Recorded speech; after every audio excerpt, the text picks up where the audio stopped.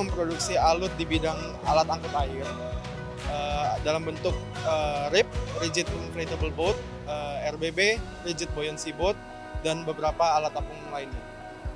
Harapan saya karena kami adalah produksi lokal dengan TKDN yang cukup tinggi, kami berharap ke depannya produk-produk lokal yang kami produksi dalam negeri ini bisa dikenal lebih lagi di mata asing, sehingga kami juga bisa support bukan hanya dalam negeri tapi produk-produk kami bisa sampai ke luar negeri juga. Kita adalah salah satu pabrik terbesar di Asia Tenggara, integrated, so dari mulai benang sampai pakaian jadi. Dan kita juga salah satu yang terkenalnya adalah penyuplai untuk pakaian seragam militer di dunia. Jadi sampai saat ini kita sudah mensuplai 30 negara di dunia untuk baju militer, terutama yang lorengnya, seperti ada di belakang kita ini. Itu ada dari Filipina, dari Swedia, dari Belanda. Ya, jadi kita cukup bangga dari Indonesia kita bisa memproduksi baju-baju yang dipakai oleh tentara di luar negeri, terutama NATO. Indo Defense ini betul-betul luar biasa tahun ini setelah 2 tahun lalu tidak ada. Kita selalu ikut event ini dan harapan kita ya dengan event ini ada kita semakin dikenal dunia ya, dan produk kita semakin dicintai masyarakat banyak dan orang-orang di dunia tahu kalau Indonesia bisa memproduksi sesuatu yang luar biasa.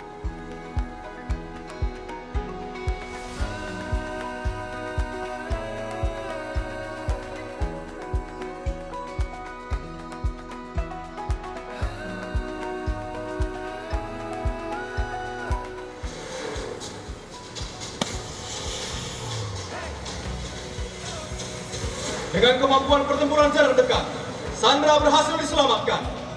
Tank Harimau telah terbukti mampu memperkuat pertahanan negara kita. Harimau adalah medium tank pertama di Asia Tenggara. Motoris menggunakan motor listrik buatan Indonesia melaksanakan pengamanan di perimeter terluar.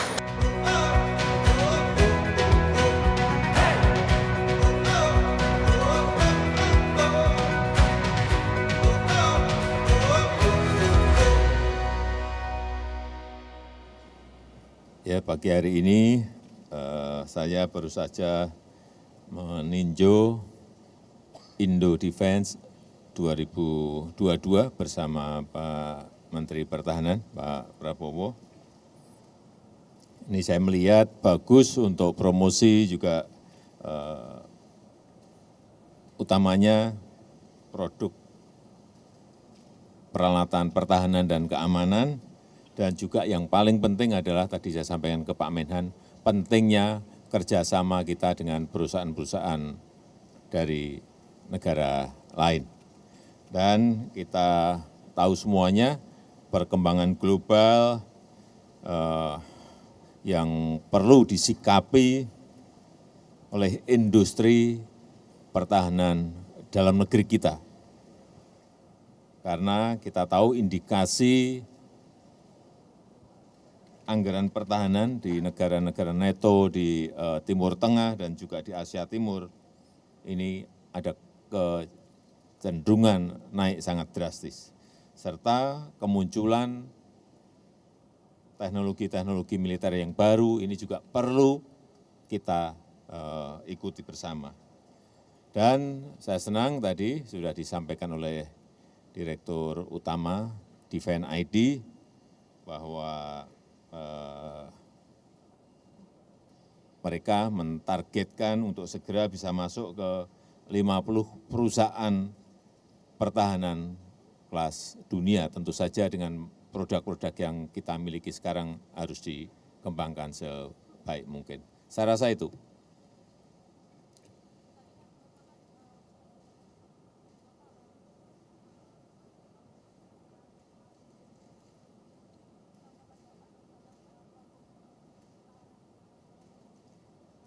Ya, perkembangannya sangat bagus sekali karena sekarang kita memberikan ruang yang besar kepada swasta untuk ikut membangun industri pertahanan Indonesia.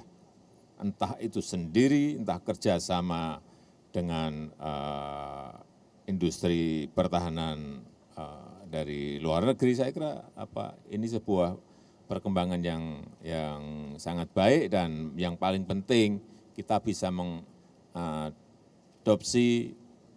sebanyak mungkin teknologi-teknologi baru di bidang pertahanan militer. Yang paling penting itu.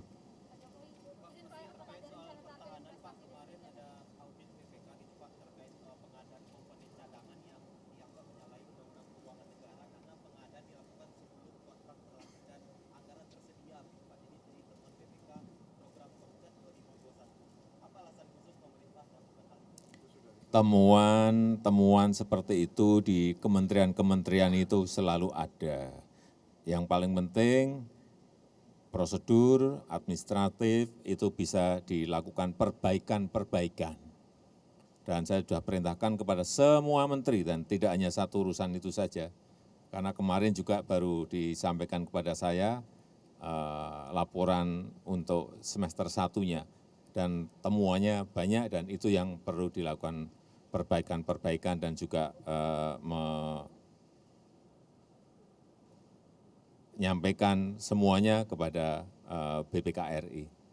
Pak Jokowi, apakah ada target rencana dari kegiatan intervensi ini, Pak? Apakah ada rencana investasi, Pak, dari Indo-Defense ini? Ada target investasi dari acara Indo-Defense? Ya, sebanyak-banyaknya tadi saya sampaikan bahwa kerjasama antara industri kita, BUMN strategis kita dengan luar itu sebanyak-banyaknya lakukan kerjasama untuk bisa kita transfer teknologi untuk teknologi militer yang terbaru.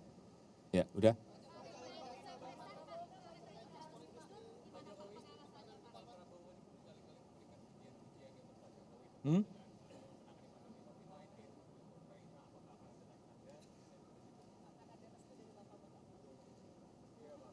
Sudah sejak awal kok restu-restu.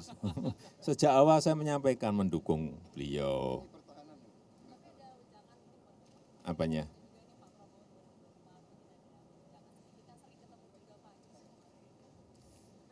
Ya kita saling menukar pikiran mengenai bagaimana Indonesia ke depan. Saya kira biasalah saya berbicara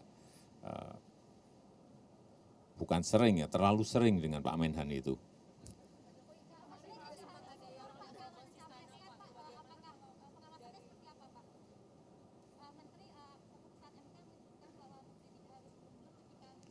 Ya, tugas sebagai menteri tetap harus diutamakan.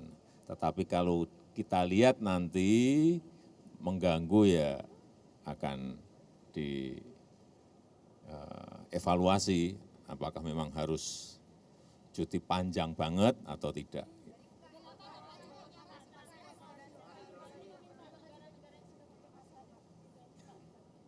Iya, G20 tinggal 3 yang belum. Nanti akan saya telepon untuk mengkonfirmasi kedatangan beliau-beliau. Tetapi untuk angka 17-18 itu sudah sebuah angka yang sangat banyak sekali. Di dalam keadaan normal pun angka 18, angka 17 sudah banyak sekali. Yang artinya dalam situasi yang sangat sulit seperti ini, beliau-beliau datang itu sebuah kehormatan bagi kita. Ya.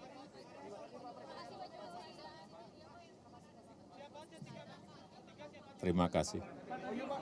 Penandatanganan kontrak itu 6.000 motor listrik, nanti rencananya digunakan untuk apa ya? Untuk 3 angkatan, untuk semua kebutuhan kita. Pak, sejauh ini Pak, kontribusi industri pertahanan nasional itu terhadap alfa TNI itu sebenarnya sudah berapa persen Pak? Ya masih belum sesuai target kita, tapi kita patuh terus. Presiden Jokowi sudah gariskan kita harus utamakan produksi dalam negeri sebanyak mungkin, dan saya kira dalam kontrak yang sekarang ini bisa dikatakan minimal 50% dalam negeri.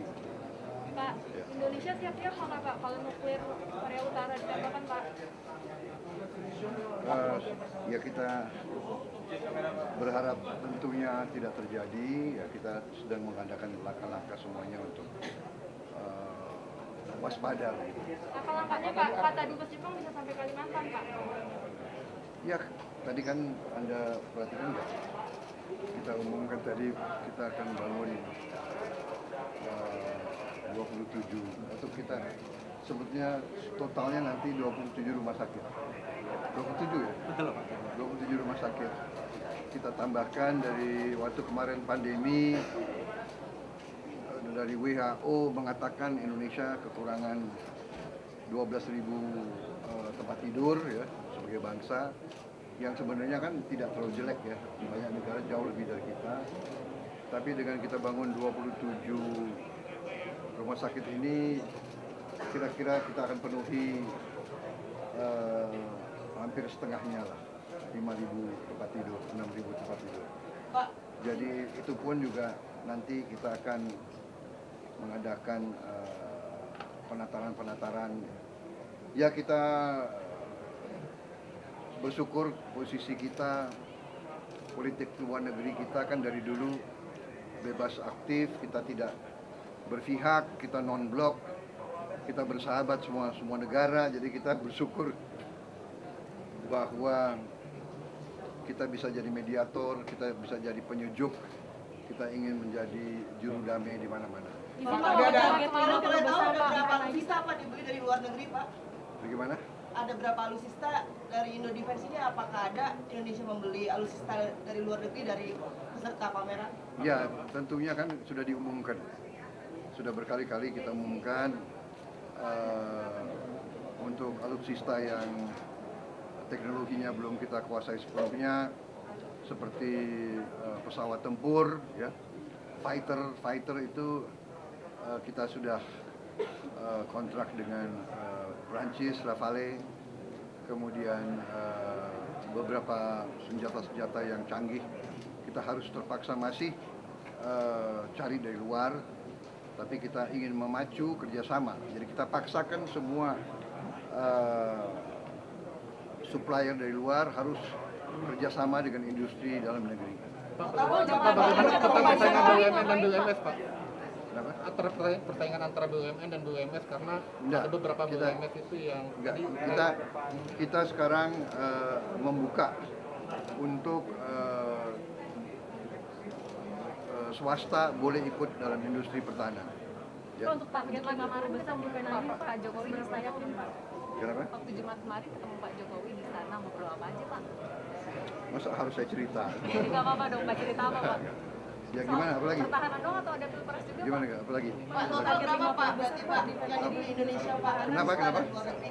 Total berapa yang dibeli dari luar negeri Pak? Ada nanti data-datanya ada. Kita sudah pernah diumumkan, nanti kalau perlu kita berikan lagi. Pak, industri pertahanan target 50 besar di dunia seberapa yakin? Karena BUMN banyak yang rapot merah finansialnya. Ya justru itu kan PR kita perbaiki.